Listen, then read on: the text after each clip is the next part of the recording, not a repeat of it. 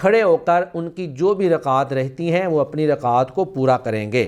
جو لوگ پہلے سے موجود تھے وہ تشہد میں بیٹھے رہیں گے، وہ سلام نہیں پھیریں گے، یہ بات ذہن نشین کرنی چاہیے۔ وہ سلام نہیں پھیریں گے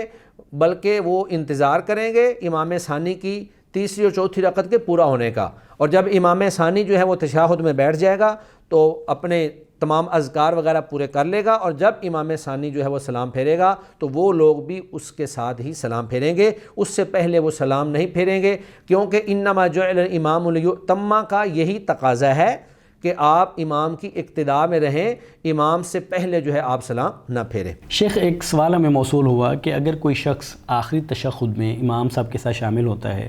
تو کیا وہ صرف تشہد پڑھے گا یا تشہد کے بعد درود ابراہیمی اور جو دعائیں ہیں وہ بھی پڑھے گا؟ جی، اگر کوئی شخص اس حالت میں نماز میں شامل ہوتا ہے کہ امام جو ہے وہ تشہد میں بیٹھا ہے تو اس شخص کو چاہیے کہ وہ امام کے ساتھ تشہد میں بیٹھ جائے، اپنی الگ سے نماز شروع نہ کرے، اور وہ اپنے تشہد کے جتنے اس کے اذکار ہیں وہ سارے کے سارے اذکار جو ہیں التحیات سے لے کر آخر تک پورے اذکار جو ہے وہ امام کے ساتھ پڑھتا رہے، خاموش نہ بیٹھے۔ وہ درود شریف کے بعد جو بھی اس کو ادعیات آتی ہیں، جو بھی دعائیں وہ پڑھتا ہے پہلے عام طور پہ، جب تک امام جو ہے وہ سلام نہیں پھیر لیتا اس وقت اس کو چاہیے کہ وہ اپنی دعاؤں کے اندر مشغول رہے، کیونکہ نبی مکرم صلی اللہ علیہ وآلہ وسلم کا ارشاد گرامی ہے کہ فما ادرکتم فصلوا، کہ جو نماز تم پالو اس کو تم پڑھو۔ تو جتنا حصہ نماز کا آپ نے امام کے ساتھ پا لیا ہے، اس سے یہ بات بھی ہمیں معلوم ہوتی ہے کہ اگر کوئی شخص رکوع میں اگر کوئی شخص رکوع میں امام کے ساتھ ملتا ہے تو اس کو چاہیے کہ وہ رکوع کی تسبیحات پڑھے، اگر کوئی سجدے میں جا کر ملتا ہے تو وہ سجدے کی تسبیحات پڑھے۔ اب یہ نہیں ہونا چاہیے کہ ایک بندہ جو ہے وہ پہلی رکعت کے رکوع میں، سجدے میں یا کسی بھی رکن میں جا کر وہ نماز میں شامل ہو جائے تو وہ ساری نماز خاموش کھڑا رہے کہ میں اپنی نماز جو ہے اگلی رکعت جب سٹارٹ ہوگی وہاں سے میں اذکار اور تسبیحات پڑھنا شروع کروں گا، بلکہ اس کو یہ کرنا چاہیے کہ جس حالت میں بھی امام کے ساتھ شامل ہو جائے اسی حالت میں وہ جو بھی تسبیحات، اگر رکوع میں ہے تو رکوع کی تسبیحات، سجدہ میں ہے تو سجدے کی تسبیحات، تشہد میں ہے تو تشہد کی دعائیں، جس حالت میں بھی وہ امام کے ساتھ شامل ہوتا ہے اس کو چاہیے کہ وہ امام کے ساتھ وہ دعائیں جاری رکھے اور پڑھتا رہے۔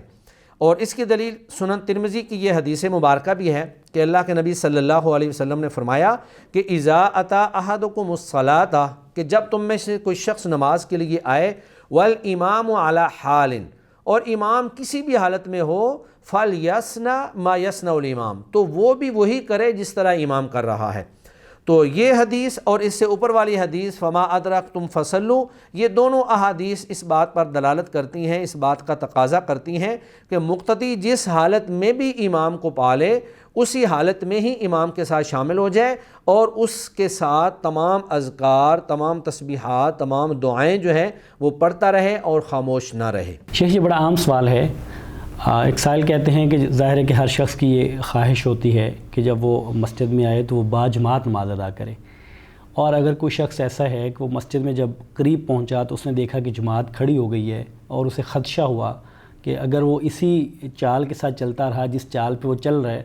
تو اس کی ایک رکعت فوت ہو سکتی ہے، تو کیا وہ اپنی جو رفتار ہے اس کو بہتر کر کے تھوڑا دوڑ کے جماعت کے ساتھ شامل ہو سکتا ہے؟ جی، نماز میں بعد جماعت شامل ہونا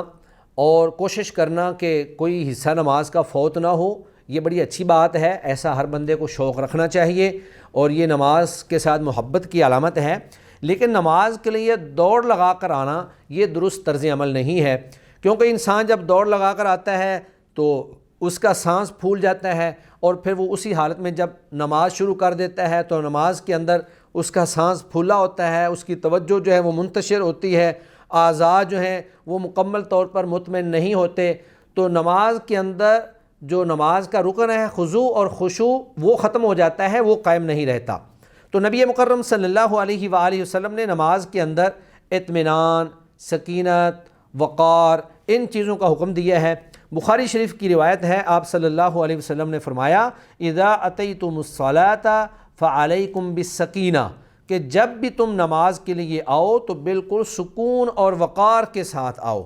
کیونکہ جو تم نماز کا حصہ پا لو وہ پڑھ لو اور جو فوت ہو جائے وہ مکمل کر لو، تو نماز کے لیے دوڑ کر جو ہے وہ آنے کی ممانعت ہے۔ اور ایک دوسری روایت مسلم شریف کے اندر موجود ہے، آپ صلی اللہ علیہ وسلم نے فرمایا فَلَا تَأْتُوهَا وَأَنْتُمْ تَسْعَوْنَ وَعَلَيْكُمْ بِالسَّكِينَةِ، کہ جب تم آ رہے ہو تو دوڑ کر نہ آؤ، بلکہ آرام سے آؤ، سکون سے آؤ، وَعَلَيْكُمْ بِالسَّكِينَةِ وَالْوَقَارِ۔ اس حدیث کے اندر وقار کے الفاظ بھی موجود ہیں کہ وقار کے ساتھ اور سکون کے ساتھ جو ہے وہ نماز کے لیے آئیں۔ اس کی وجہ یہ ہے کہ جب آپ اطمینان سے، سکون سے اور وقار سے نماز کے لیے آتے ہیں تو آپ کا ذہن منتشر نہیں ہوتا، آپ کے اعضاء جو ہے وہ مطمئن ہوتے ہیں، اور نماز کے اندر انسان جو ہے خضوع خشوع جو نماز کا رکن ہے، انتہائی عاجزی کے ساتھ اور خضوع خشوع کے ساتھ، توجہ اور انہماک کے ساتھ انسان جو ہے وہ نماز ادا کر لیتا ہے۔ لیکن اگر آپ دوڑ کر آئیں گے تو پھر آپ کا دماغ منتشر ہوگا، آپ کا سانس پھولا ہوا ہوگا، اور نماز کے اندر وہ لذت اور وہ مٹھاس آپ کو حاصل نہیں ہوگی جو سکون اور اطمینان کے ساتھ آنے کی وجہ سے انسان کو حاصل ہوتی ہے۔ شیخ ایک صاحب پوچھتے ہیں کہ جب جماعت ہو رہی ہو تو یا کوئی نماز پڑھ رہا ہو اور ایک شخص باہر سے آئے تو کیا اسے سلام کہنا چاہیے اس نمازی کے لیے یا نمازیوں کے لیے جو جماعت کی صورت میں نماز ادا کر رہے ہیں؟ جی، اگر جماعت ہو رہی ہو اور کوئی مقتدی جو ہے وہ اوپر سے آئے تو وہ نمازیوں کو سلام کہہ سکتا ہے۔ نبی مکرم صلی اللہ علیہ وآلہ وسلم جب کوئی شخص اوپر سے آتا تو آپ ہاتھ کے اشارے سے اس کے سلام کا جواب دے دیا کرتے تھے۔ حضرت عبداللہ بن عمر رضی اللہ تعالی عنہ سے روایت ہے،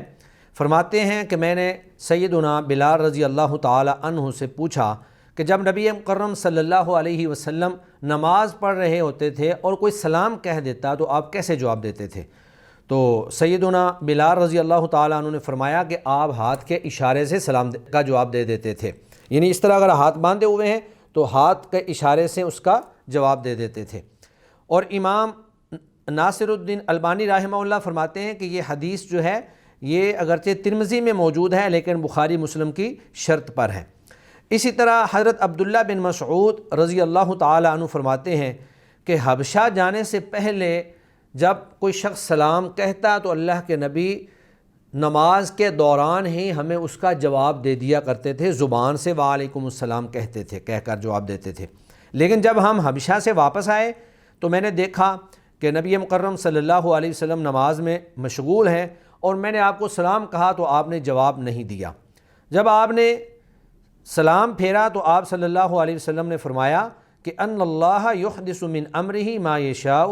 کہ اللہ تعالیٰ جو نیا حکم جاری کرنا چاہتا ہے وہ کر دیتا ہے۔ وَإِنَّ مِمَّا أَحْدَثَ، اور جو اللہ نے نیا حکم جاری کیا ہے وہ یہ ہے کہ اللہ تتکلموا فی الصلاۃ، کہ تم نماز کے اندر گفتگو نہ کیا کرو۔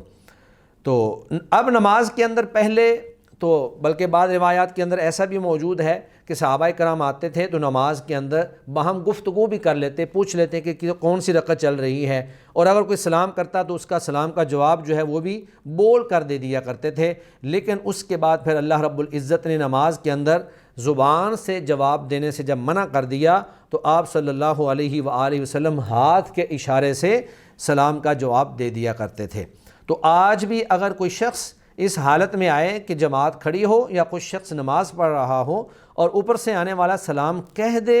تو آپ ہاتھ کے اشارے سے اس کے سلام کا جواب دے سکتے ہیں، انشاءاللہ اس میں کوئی حرج والی بات نہیں ہے۔ شیخ یہ بھی بڑا معروف سوال ہے، لوگ پوچھتے ہیں کہ اگر شلوار وضو ایک شخص نے کر لیا ہے اور وضو کرنے کے بعد شلوار اس کی ٹخنوں سے نیچے چلی گئی ہے تو کیا شلوار کے ٹخنوں سے نیچے جانے پر اس کا وضو ختم ہو جائے گا؟ اپنی شلوار یا اپنے کپڑوں کو ٹخنوں سے اوپر رکھنا یہ اللہ رب العزت کا حکم ہے، اور آپ صلی اللہ علیہ وآلہ وسلم نے متعدد احادیث کے اندر اس کا حکم دیا ہے۔